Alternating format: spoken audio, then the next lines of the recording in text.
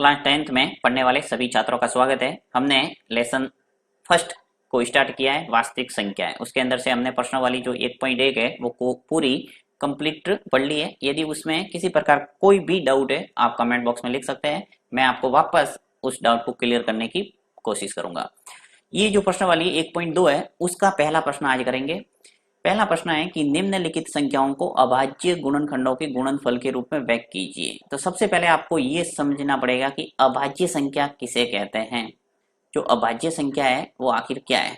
तो यहाँ पे थोड़ा आपको परिचय दे देता हूँ अभाज्य संख्या के बारे में कि जो अभाज्य संख्या है वे सभी संख्या जो एक एवं स्वयं से विभाजित होती है, बाकी किसी संख्या से पूरी विभाजित नहीं होती है, उसे कहते हैं अभाज्य संख्या। ये है अभाज्य संख्या की परिभाषा। यानी फॉर एग्जांपल के तौर पे 2, 3, 5, 7, 11, 13, 17, 19 ऐसे बहुत सारे लाखों करोड़ों संख्या अपन लिख सकते हैं अभाज्य संख्या के रूप में। अब देखिए यहाँ पे ये जो 2 है, इस 2 के अंदर एक तो 1 का भाग जाता है, एक 2 के अंदर इस स्वयं का यानी 2 का ही भाग जाएगा, बाकी किसी का नहीं जाएगा, इसलिए ये सबसे छोटी अभाज्य संख्या है। उसके बाद में 3 को देखो, 3 के अंदर 1 का भाग तो सब में जाता ही है और 3 के अंदर 3 का भाग जाएगा, यानी कि स्वयं का जा रहा है और 1 का जा रहा है, बाकी किसी संख्या का भाग नहीं जा रहा है। इसी प्रकार 5 में 5 का जाएगा, 7 में 7 का ही जाएगा, 11 में 11 का ही जाएगा, यानी ये सभी ऐसी संख्या है जिसके अंदर स्वयं का ही भाग जाता है और 1 का भाग तो सब में जाता ही है। तो ये सभी संख्या है वो क्या कहलाएगी, अभाज्य संख्याएं। अब 3 के बाद में जैसे 4 आता है, देखो अब 4 को मैंने अभाज्य संख्या नहीं लिखा। अब क्यों नहीं लिखा, क्योंकि 4 है वो क्या है, 4 में देखिए 1 का भाग तो सब में जाता ही है तो दे दिया। फिर 4 के अंदर 2 का भाग जा रहा है, 2 का भाग जाएगा, इसमें कितनी बार, 2 बार, और 4 में 4 का भाग तो जाएगा ही, यानी कि इसके अंदर स्वयं और 1 के अतिरिक्त एक संख्या और है जिसका भाग जा रहा है, 2 का भाग जा रहा है, इसलिए ये अभाज्य संख्या ना होके क्या है, भाज्य संख्या। तो आपके दिमाग में अच्छे ढंग से बैठ गया होगा कि वे संख्या जो स्वयं के अतिरिक्त किसी संख्या से विभाजित नहीं होती है वो सभी संख्या क्या कहलाएगी, अभाज्य संख्या।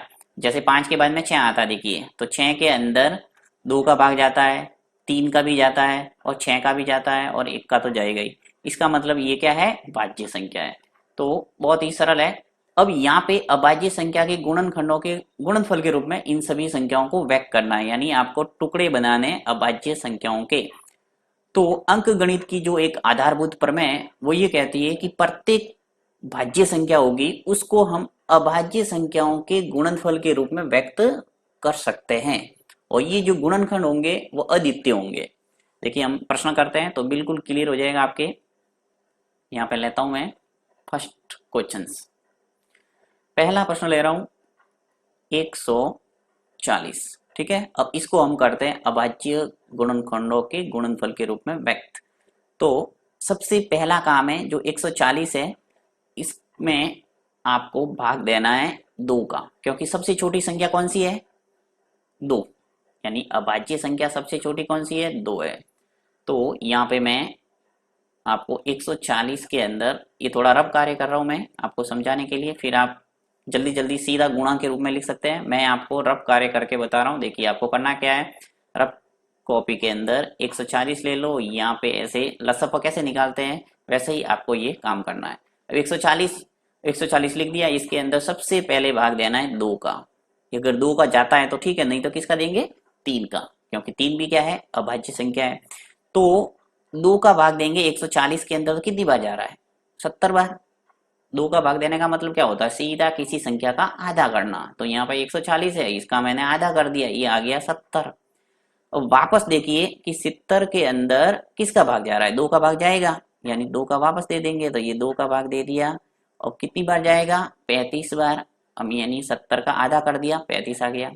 अब 35 के अंदर आपको देखना है कि किसका भाग जा रहा है, 2 का तो जाएगा नहीं क्योंकि ये विषम संख्या है। अब 3 का भाग जाएगा नहीं, 4 का हमें देना नहीं है क्योंकि ये भाज्य संख्या है, तो सीधा कौन सी संख्या आएगी, 5। अब 5 का भाग 35 के अंदर जा रहा है, जिसको टेबल आते हैं वो जल्दी जल्दी ये कर सकता है बहुत इजीली। तो 5 का भाग जाएगा 35 के अंदर कितनी बार जाएगा? 7 बार। और वापस वही काम 2 से स्टार्ट करना, हमेशा 2 से भाग देने का प्रयास करना है। 2 का नहीं जाता तो किसका देंगे? 3 का। फिर 3 का नहीं जाता तो किसका देंगे? सीधा 5 का। वो ऑटोमेटिक आपके उसी संख्या का भाग जाएगा, ज्यादा दिमाग लगाने का काम नहीं, भाज्य संख्या आएगी नहीं वैसे भी। तो यहाँ पे देखिए 7 है तो 7 में 7 का भाग जाएगा, बाकी किसी का नहीं जाएगा। तो यहाँ पे आ गया 1, यानी अंत में जब 1 आ जाता है तो उसके सभी गुणनखंड है वो कंप्लीट हो जाते हैं। यहाँ पे 2, 2, 5 और 7 ये आ गए आपके गुणनखंड। तो हम 140 को अभाज्य गुणनखंड के रूप में व्यक्त कर देते हैं इसको।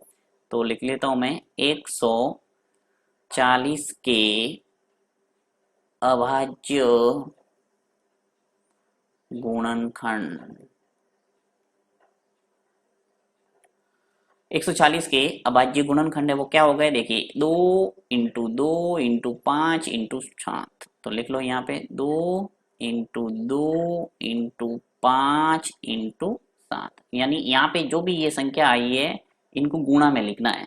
तो गुणा में मैंने लिख दिया 2 इंटू 2 इंटू 5 इंटू 7। अब गुणा करके वापस देख सकते हैं तो वापस आ जाएगा 140। देखिए 2 इंटू 2 करेंगे तो क्या आएगा? 4। फिर 4 का गुणा जब मैं 5 से करूंगा तो क्या आ जाएगा? 20। और 20 का गुणा जब 7 से करेंगे तो आ जाएगा 140। वापस चेक भी कर सकते हैं आप। अब यहाँ पे इसको चाहो तो ऐसे ही रख सकते हैं, ये भी उत्तर आपके सही है। और चाहे तो आपको इसको घात के रूप में व्यक्त कर सकते हैं। घात के रूप में कैसे? जैसे देखिए 2 और 2, 2 दिख रहे हैं आपको, 2 इंटू 2। तो इसको मैं ऐसे लिख सकता हूँ 2 की घात 2। आपने 9 के अंदर घातांक नियम पढ़े हैं सभी, यानी 2 बार है 2 गुणा में तो इसको 2 की घात 2 कर दिया। और 5 और 7 तो एक एक ही है इसलिए 5, और ये आ गया 7। तो ये है आपके अंतिम उत्तर 140 के अभाज्य गुणनखंड ये हो गए 2 की घात 2 इंटू 5 इंटू 7। तो ऐसे सभी सवाल आपको करना है, बहुत ही सिंपल है। एक सवाल और करते हैं जिससे आपको इजीली समझ में आ जाएगा। लेता हूं मैं सेकंड प्रश्न। दूसरा 156। 156 ले लिया, वापस वही काम, थोड़ा रफ कार्य करते हैं इधर।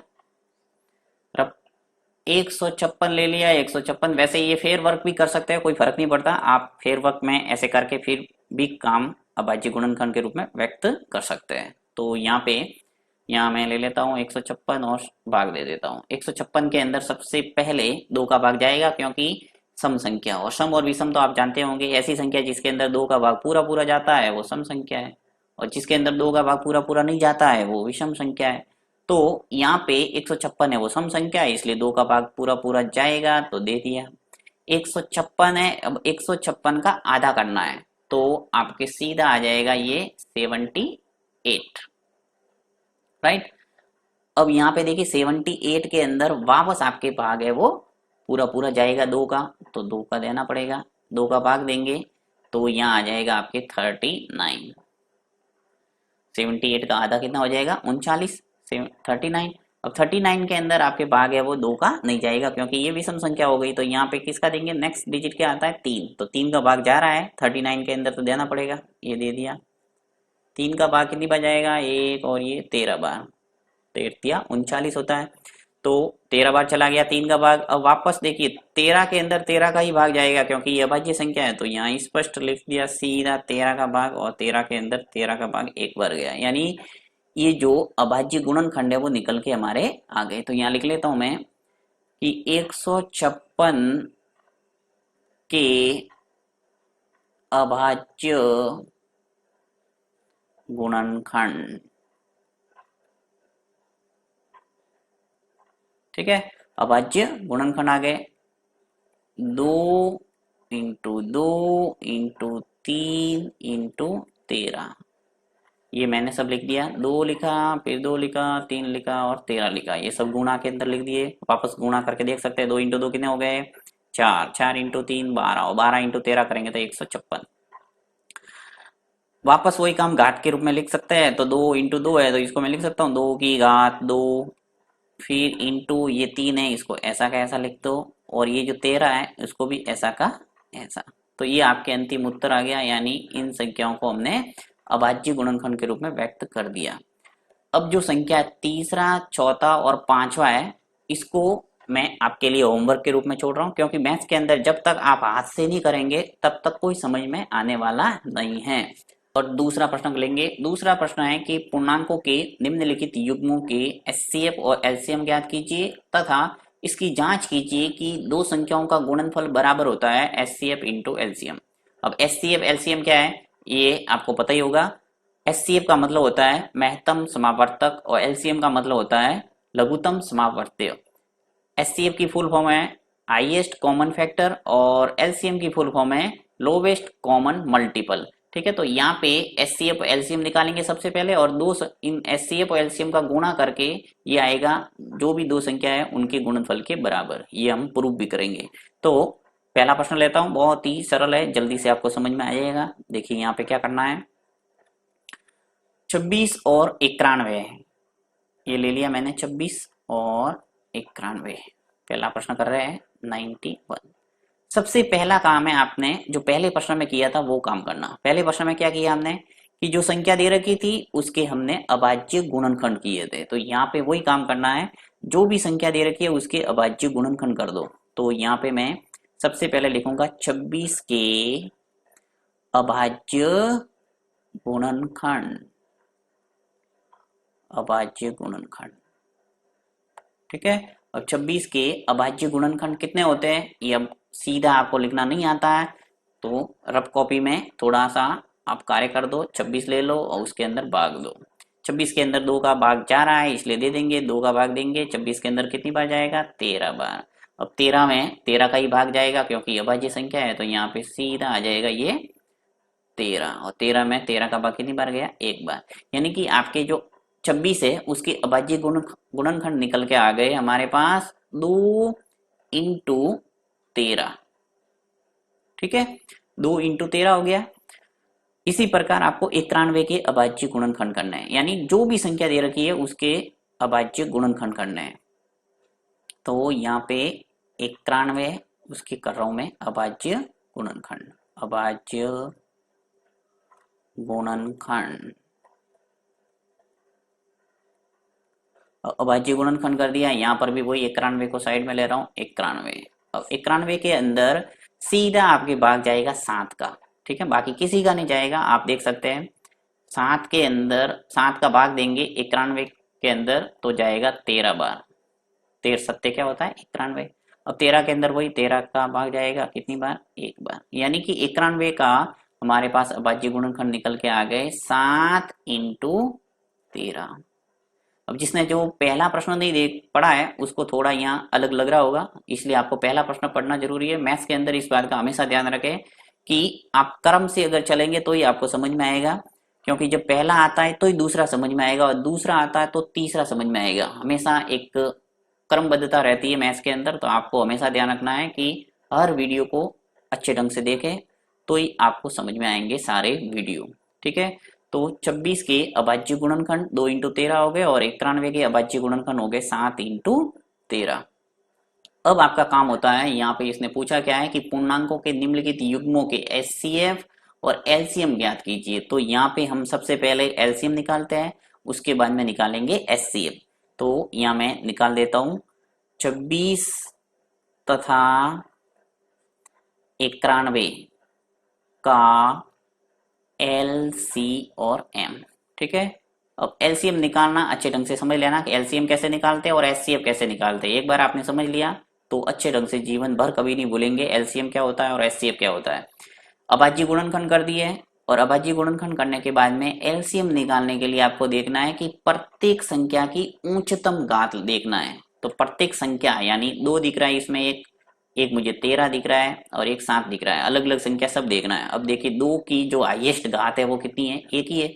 यहाँ पे अगर आप घात लगा के समझेंगे तो जल्दी समझ में आएगा, इसलिए मैं क्या करता हूँ थोड़ी घात लेके आपको बता देता हूँ ताकि समझ में आ जाएगा। देखिए 2 की घात कुछ नहीं है तो मैं 1 लगा सकता हूँ। ठीक है, 13 के ऊपर कोई घात नहीं है तो 1 लगा सकता हूँ।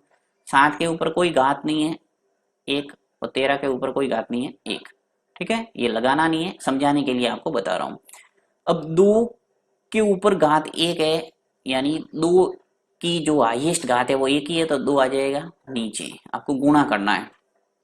ठीक है, यहाँ से लाइन है थोड़ी हटानी पड़ेगी। 2 की घात 1 ले लिया, ठीक है। फिर नेक्स्ट, अब देखो आगे दूसरी बड़ी संख्या कौन सी है, 7 है तो 7 ले लो, 13 भी ले सकते हैं, पहले कोई फर्क नहीं पड़ता, गुणा ही है। तो देखिए 7, अब 7 के ऊपर हाईएस्ट घात क्या है, एक ही है, तो 7 की घात 1। कुल मिला के ये हम क्यों कर रहे हैं, क्योंकि यहाँ पे अगर जैसे 2 की घात 1 होती और यहाँ पे 2 की घात 2 और होता, तो मैं 2 की घात 2 लेता, न कि 2 की घात 1। वो आगे सवाल के अंदर क्लियर हो जाएगा, क्योंकि वहां पे अलग अलग गुणनखंड होंगे। अब यहाँ पे तो सब अलग अलग ही संख्या और घात एक ही है, इसलिए ज्यादा समझने को नहीं मिलेगा। अब देखिए 2 की घात 1 और 7 की घात 1, फिर आ जाएगा 13 की घात 1, क्योंकि यहाँ पर भी 1 है और यहाँ पर भी 1 है, तो 13 की घात आ जाएगा 1। तो ये हो गया हमारे एलसीएम। अब मैं इसको देखिए वापस घात हटा देता हूँ, और 2 इंटू 7 इंटू 13 इन सब का करना है आपको गुणा। 2 की घात 1 क्या होता है, 2 ही, 7 की घात 1 7 ही होगा, 13 की घात 13 ही होगा, तो 2 इंटू 7 इंटू 13 इन सब का कर देंगे गुणा। तो गुणा किया तो क्या आ गया हमारे पास, 182। गुणा कर लेना, देखिए 2 इंटू 7 करेंगे तो 14 आ जाएगा, और 14 का गुणा जब 13 से करेंगे तो 182 आ जाएगा। ठीक है, अब नेक्स्ट निकालते हैं हम एचसीएफ। तो एचसीएफ के लिए आपको सिंपल सा तरीका अपनाना है कि जो कॉमन है वो हो जाएगा आपके एचसीएफ, बस, यानी दोनों में जो दिख रहा है वो हो जाएगा एचसीएफ। तो एलसीएम से सरल है एचसीएफ निकालना, तो इसको मैं हटा देता हूँ थोड़ा।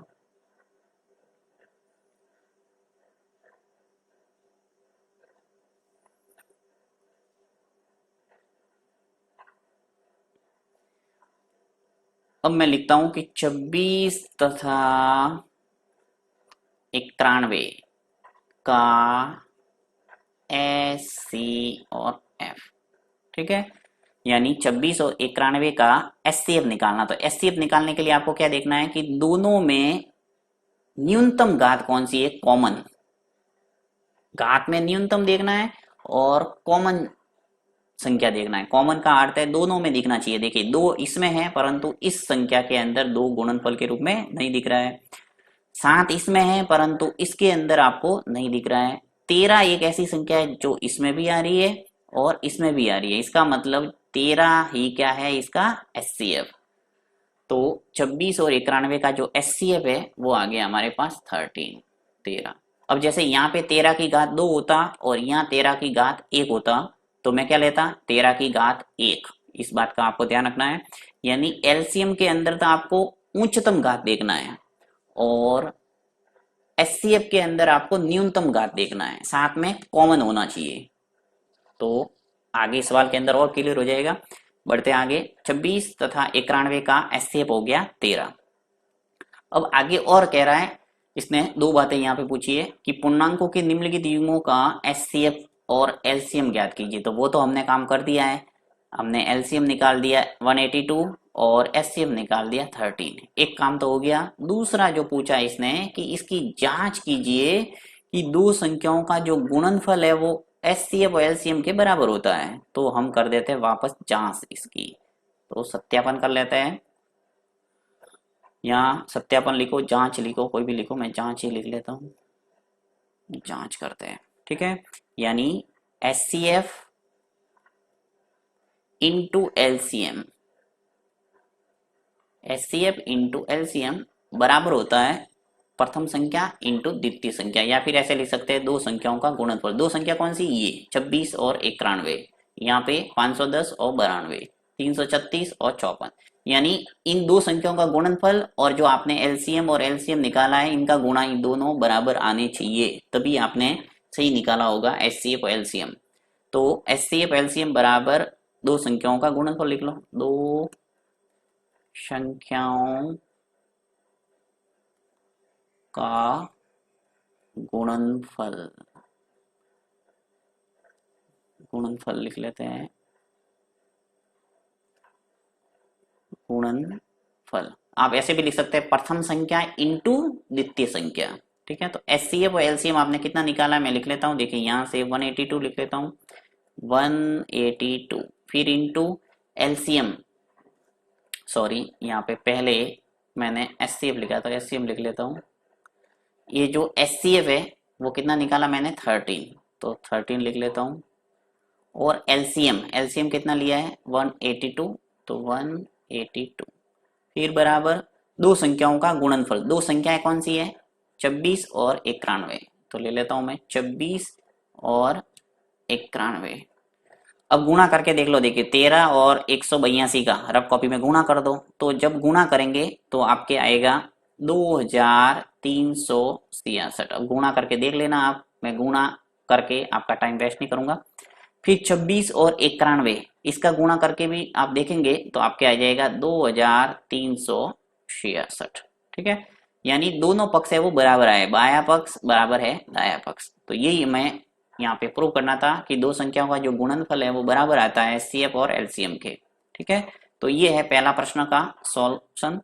अब इसके अंदर कोई कमियां रही है आपको समझ में नहीं आया है तो नेक्स्ट प्रश्न के अंदर इसकी पूर्ति हो जाएगी। हम लेते हैं दूसरा प्रश्न।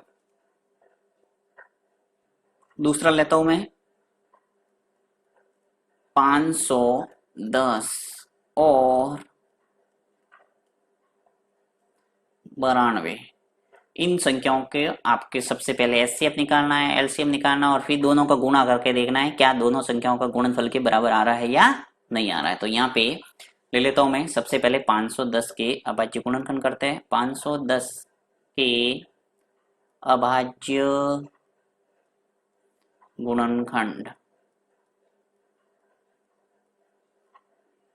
510 के अभाज्य गुणनखंड करते हैं। चलिए रफ कॉपी में काम करते हैं, थोड़ा रफ कार्य कर रहा हूं ये मैं। 510, अब 510 के अंदर देखिए 2 का भाग इजीली जाएगा। ठीक है, तो 2 का भाग देंगे तो कितनी बार चला जाएगा, यहाँ पे 2 का मैं भाग दूंगा 510 के अंदर तो आ जाएगा सीधा 255। आधा कर दो सीधा, 510 के आधे कितने हो गए 255।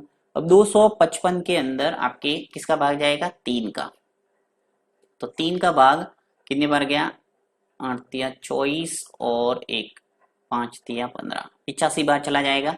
3 का भाग 255 के अंदर 85 बार गया।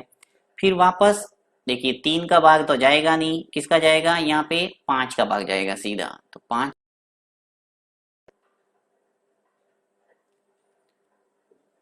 तो 85 के अंदर 5 का भाग जाएगा पूरा पूरा, तो 85 के अंदर 5 का भाग गया कितनी बार 17 बार। 5 एकम 5, 3 शेष बचा 35 हो गया, 7 पंजे 35, यानी कि 17 बार चला गया। और 17 में 17 का ही जाएगा क्योंकि अभाज्य संख्या एक बार चला गया, यानी कि आपके जो 510 है इसके अभाज्य गुणनखंड आ गए 2 इंटू 3 इंटू 5 इंटू 17। ठीक है, ये आ गए आपके अभाज्य गुणनखंड 510 के। दूसरी संख्या लेता हूं 92, 92 के अभाज्य गुणनखंड। 92 के अभाज्य गुणनखंड करते हैं, यहां पर वही रफ कार्य करते हैं थोड़ा।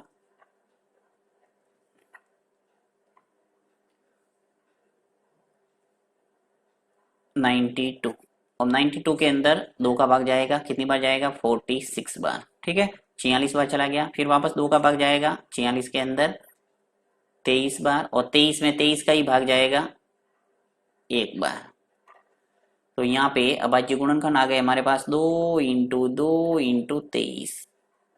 अब देखिए यहाँ पे इसको मैं क्या करता हूँ घात के रूप में लिख लेता हूँ ताकि आपको समझने में आसानी रहेगी। तो यहाँ पे मैं अलग कलर के अंदर घात के रूप में लिख लेता हूँ इसको। देखिए यहाँ 2 की घात 1 है, ठीक है, 3 की घात 1 ही होगा, 5 की घात 1 ही होगा और 17 की घात 1 ही होगा। यहाँ 2 इंटू 2 इंटू 2 इंटू 2 2 ही है, तो 2 की घात 2 और ये जो है 23 है, तो 23 की घात आ जाएगा 1। अब हम निकालते हैं HCF और LCM। तो सबसे पहले मैं निकालता हूं LCM। तो 510 तथा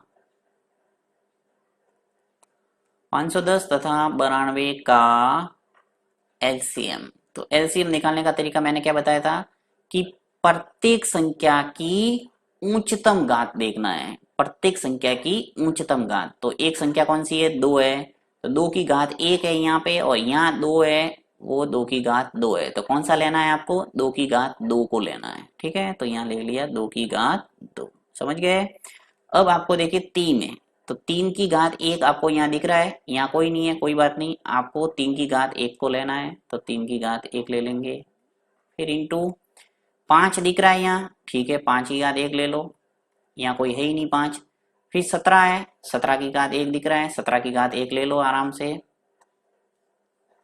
हाँ, ले लेता हूं मैं 17 की घात 1, और 23 दिख रहा है एक मुझे, तो 23 की घात 1, यानी प्रत्येक संख्या आनी चाहिए, पहली बात तो ये, और उसकी उच्चतम घात आनी चाहिए, इस बात का आपको ध्यान रखना है। तो 2 की घात 2 आ गया, 3 की घात 1 आ गया, 5 की घात 1, 17 की घात 1, 23 की घात 1। अब घात कोई खुलती है तो खोल दो, नहीं तो 1 है तो वही रहेगा, तो 2 की घात 2, यानी 2 इंटू 2 लिख लो। फिर 3 की घात 1 है तो 3 ही होगा, 5 की घात 1 है 5 ही होगा, 17 की घात 1 17 ही रहेगा, और 23 की घात 1 23 ही रहेगा।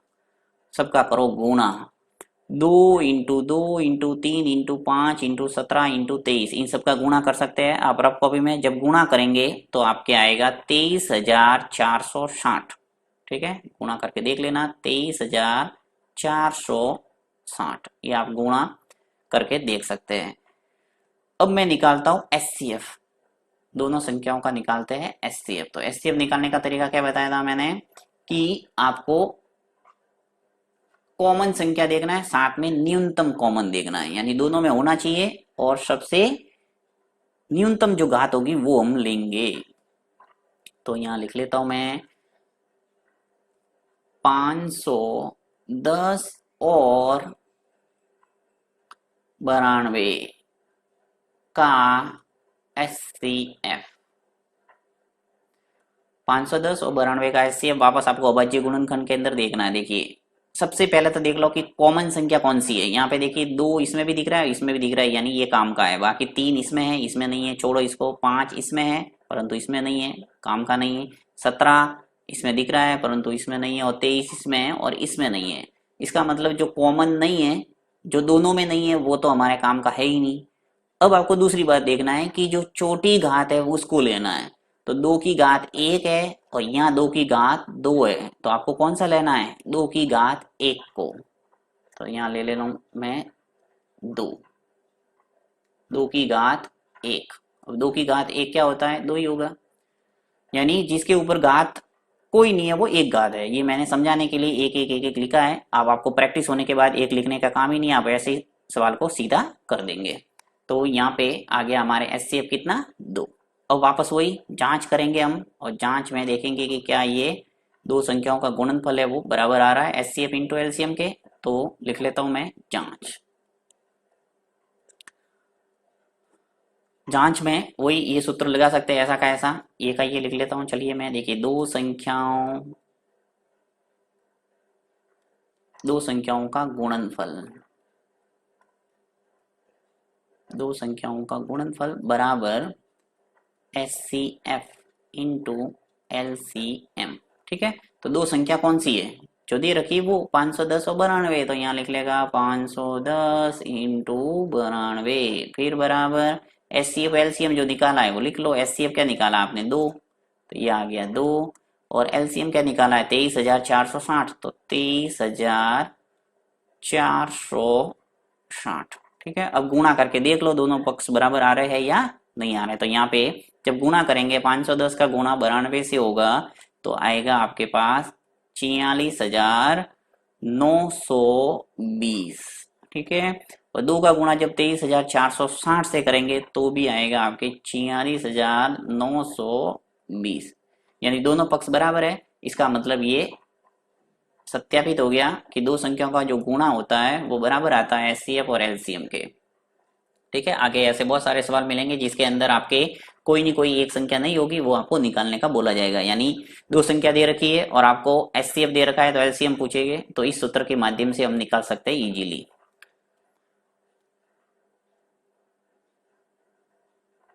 और तीसरा प्रश्न आपको होमवर्क के रूप में मैं दे रहा हूं। आपको तीसरा प्रश्न मुझे करके कमेंट बॉक्स के अंदर इसका उत्तर है वो लिख के बताना है। देखते हैं सबसे पहले कमेंट बॉक्स में कौन उत्तर लिखता है, और जब तक आप आज से नहीं करेंगे तब तक आपको कोई समझ में आने वाला नहीं है। आप स्वयं करेंगे, आपकी समस्या आएगी, और आप जब समस्याओं का समाधान ढूंढने बैठेंगे तब आपको समझ में आने वाला है प्रश्न। मैथ्स के अंदर हमेशा ध्यान रखना, प्रैक्टिस मेक्स मैन परफेक्ट, यानी जब तक आप आज से नहीं करेंगे तब तक आपको कोई समझ में नहीं आएगा। आप जब देखेंगे तो आपको ऐसा लगेगा कि समझ में आ रहा है, परंतु जब करने बैठे तो तब कई प्रकार की समस्या हमारे सामने आती है। इसलिए आपको स्वयं करना है और फिर देखना है कि कहाँ समस्या आ रही है और फिर मुझे कमेंट बॉक्स के अंदर पूछना है, तो मैं आपको नेक्स्ट प्रश्न के अंदर उस समस्या का समाधान बताऊंगा। 336 और 54 54, कोई काम सबसे पहले क्या करेंगे, अभाज्य गुणनखंड। तो 336 के अभाज्य गुणनखंड कर लेता हूं मैं। 336 के अभाज्य गुणनखंड, अभाज्य गुणनखंड करने की प्रैक्टिस आपके हो चुकी होगी बहुत अच्छे ढंग से। अभाज्य गुणनखंड, क्योंकि हमने पहले प्रश्न के अंदर यही काम किया था। तो 336 के अभाज्य गुणनखंड क्या होंगे, देखिए 336 है, इसको मैं साइड में लेता हूं और इसका भाग देता हूं। सबसे पहले देखिए 336 है, 336 के अंदर भाग जाएगा 2 का, कितनी बार जाएगा, 168 बार। ठीक है, 168 में वापस 2 का भाग जाएगा क्योंकि सम संख्या है, कितनी बार चला जाएगा, 16 के आधे कर दो 8, 8 के आधे कर दो 4, 84 बार चला जाएगा। 2 का भाग देने का मतलब आधा करना है, 84 के आधे कर दो, 2 का भाग वापस जा रहा है, ये 4 आ गया और 4 के आधे आ जाएंगे 2। फिर वापस 42 के अंदर भी 2 का भाग जाएगा, कितनी बार जाएगा, 21 बार। अब 21 के अंदर 2 का भाग नहीं जाएगा क्योंकि ये विषम संख्या हो गई, राइट। तो 21 के अंदर किसका जाएगा, 3 का, 7 या 21, 7 बार चला जाएगा। तो 7 में 7 का ही जाएगा 1 बार, ये आ गया 1। तो इस ढंग से हमारे अभाज्य गुणनखंड निकल के आ गए। देखिए 2 इंटू 2 इंटू 2 इंटू 2, 1 2 3 और 4, 4 तो 2 है और 3 इंटू 7। ठीक है, ये आ गए। अब इसको घात के रूप में लिख लेता हूँ। देखिए यहाँ पे आपको घात से संबंधित सभी बात समझ में आ जाएगी अच्छे ढंग से, क्योंकि ज्यादा घात आ रही है। 1 2 3 और 4, तो 2 की घात आ जाएगा 4 और ये 3 और ये आ गया 7। तो ये तो हो गए 336 के अभाज्य गुणनखंड। नेक्स्ट दूसरी संख्या के अभाज्य गुणनखंड निकालना पड़ेगा। दूसरी संख्या ले लेता हूं मैं 54।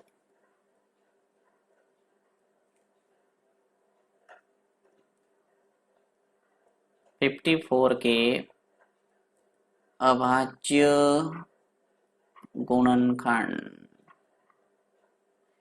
अब 54 के अभाज्य गुणनखंड देखिए साइड में करते हैं। 54 के अंदर 2 का भाग जा रहा है, कितनी बार चला जाएगा, यहाँ पे 27 बार। 27 में 3 का भाग जाएगा, 9 3 27, 9 बार चला जाएगा। 9 में 3 का जाएगा 3 बार और 3 में 3 का जाएगा 1 बार। तो इस ढंग से आपके अभाज्य गुणनखंड हो गए 2 इंटू 3 इंटू 3 इंटू 3। ठीक है, 3 बार 3 है। घात के रूप में चलो लिख लेता हूँ, 2 की घात 1 ही रहेगा, इसके ऊपर भी 1 1 लगा देता हूँ ताकि समझ में आए आपको। यहाँ पे 2 की घात 1 है और यहाँ 1 2 और 3, तो ये आ जाएगा 3 की घात 3। ठीक है, अब यहाँ पे हम निकालते हैं इनका एचसीएफ और एलसीएम। लिख लेता हूं मैं एचसीएफ, दो संख्याओं का एचसीएफ निकालते हैं। तो एचसीएफ, सॉरी पहले एलसीएम निकाल देते हैं क्योंकि 2 सवाल के अंदर पहले एलसीएम निकालना, तो एक क्रम रहेगा आपके समझने में। एलसीएम, ठीक है। अब एलसीएम निकालने के लिए क्या करना है आपको, प्रत्येक संख्या की क्या करना है, उच्चतम घात लेना है। तो प्रत्येक संख्या, एक तो 2 दिख रहा है, 2 ले लो चलो।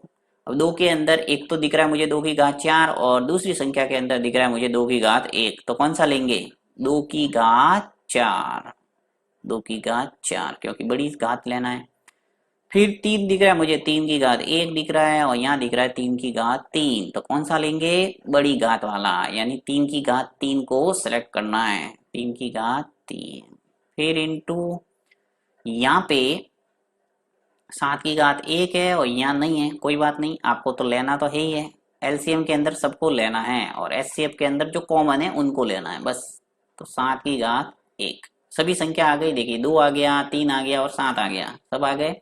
अब इनका करो गुणा, तो इसको खोल दो चाहो तो 2 इंटू 2 इंटू 2 इंटू 2, 2 की घात 4 था, 4 बार लिख दिया।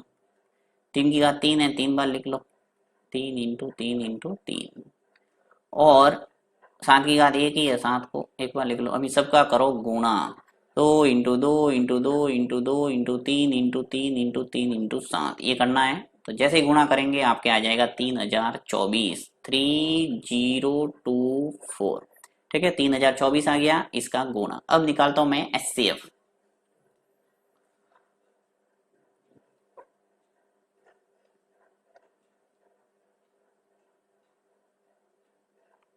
ठीक है, यहाँ पे निकाल देते हैं एचसीएफ। तो एस सी और एफ। एचसीएफ निकालने का तरीका क्या बताया मैंने, कि दोनों अभाज्य जो गुणनखंड निकाले उसमें से कॉमन देखना है। कॉमन क्या नजर आ रहा है, देखिए एक तो मुझे 2 दिख रहा है, इसमें भी है और इसमें भी है। ठीक है, फिर 3 है वो यहाँ पर भी है और 3 यहाँ पर भी है। 7 इसमें है परंतु इसमें नहीं है, तो 7 तो काम का ही नहीं है, इसको तो सीधा उड़ा ही दो, दिमाग से ही। अब 2 की घात 4 और यहाँ दिख रहा है 2 की घात 1, तो आपको कौन सा लेना है, न्यूनतम घात। इसमें उच्चतम घात एलसीएम में, और यहाँ पे न्यूनतम घात। इसका देखिए नाम से विपरीत चलना है। यहाँ लिखा हुआ है क्या है, हाईएस्ट कॉमन फैक्टर, यानी आपको हाईएस्ट है तो उल्टा चलना है, यानी न्यूनतम लोअर देखना है। और यहाँ है लोअर कॉमन मल्टीपल, तो यहाँ आपको हाईएस्ट देखना है, तो उल्टा याद रखना है दिमाग में। तो यहाँ 2 की घात 4 है, यहाँ 2 की घात 1 है, तो मैं लूंगा कौन सा, 2 की घात 1, 2 की घात 1। 3 में से 3 की घात 1 है और एक 3 की घात 3 है, तो कौन सा लेंगे, 3 की घात 1 छोटी घात लेना है। 2 की घात 2 का मतलब 2 ही होता है, 3 की घात 3 का मतलब 1 ही होता है। गुणा कर दो, 2 इंटू 3 कितने हो गए, 6। तो इस ढंग से आपके एचसीएफ आ गया 6। अब सत्यापन करेंगे इसका, सत्यापन या फिर जांच कोई भी लिख सकते हैं। एचसीएफ इंटू एलसीएम और दो संख्याओं का गुणनफल। आप सूत्र पूरा ये लगा देना, जगह कम होने की वजह से मैं नहीं लिख रहा हूँ, आप पूरा लिख के फिर कर देना। मैं सीधा कर रहा हूँ एलसीएम इंटू एचसीएम। तो एचसीएफ इंटू एलसीएम बराबर प्रथम संख्या इंटू द्वितीय संख्या। ठीक है, तो प्रथम संख्या फर्स्ट को लिख दूं और सेकंड संख्या को लिख दूं second. LCM HCF into LCM, HCF क्या है निकाला मैंने 6, तो ये आ गया 6। एलसीएम क्या निकाला मैंने 3024, तो 3024 और फर्स्ट संख्या इंटू द्वितीय संख्या। पहली संख्या क्या है 336 है, 336, और सेकंड संख्या कौन सी है 54, 54। तो यहाँ पे गुणा करके देख लो, 6 का गुणा 3024 से करेंगे तो आएगा आपके 18,144, 18,144। और इसी प्रकार जब 336 का गुणा 54 से करेंगे तो भी आएगा आपके 18,144। तो ये प्रूव हो गया। आप लिख सकते हैं अंत में इति सिद्धम। ठीक है, तो ये तरीका है दूसरे प्रश्न करने का।